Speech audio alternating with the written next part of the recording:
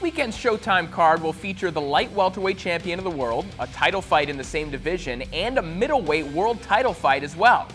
Well, that's about the best that you can do to sugarcoat the offering from the Barclays Center this weekend, which on paper does not promise to be a night of stern competition. In the main event, Danny Garcia takes on the unheralded Salka at a catchweight of 142. And that's not just because Garcia has long been planning a trip up to welterweight either. This fight was originally scheduled to be for Garcia's sanctioning body titles, but they rightfully decided that Salka was not a worthy world title challenger. Las Vegas is listing Garcia as a 33-1 favorite in some places, roughly what the line should be when the best light welterweight on the planet faces a guy who might be in the top 70 in the division. The undercard isn't much prettier.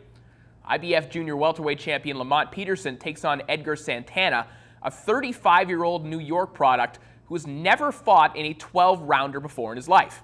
In theory, Santana earned this shot by defeating Michael Clark last November. Now, Lamont has always challenged himself when it comes to his competition, and in the times that he's been in with anything less than A-level fighters, he generally steamrolls through them. And in probably what is the ticket seller of the evening, Danny Jacobs fights for a vacant WBA middleweight title in his hometown against Jared Fletcher.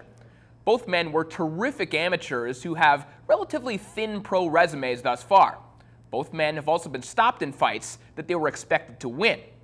Was there any reason for the WBA title to be on the line here when Gennady Golovkin is actively defending a version of the very same title? Of course not. But let's make one thing clear. Mismatches, stay busy fights, and cards that contain them have happened since the inception of the sport. They've also been televised for the past 70-plus years. It just so happens that less boxing is televised than it was in any one of the golden eras you might want to cite. So when a card of this caliber is what you've been waiting for and what you paid your subscription dollars for, it's more than a little disappointing. But let's not forget that it was just a few months ago when a similarly egregious lineup, Robert Guerrero, Yoshihiro Kamagai, and Devin Alexander, Jesus Soto Karass, turned out to be a pretty fun night. Historically, we've seen it happen time and time again.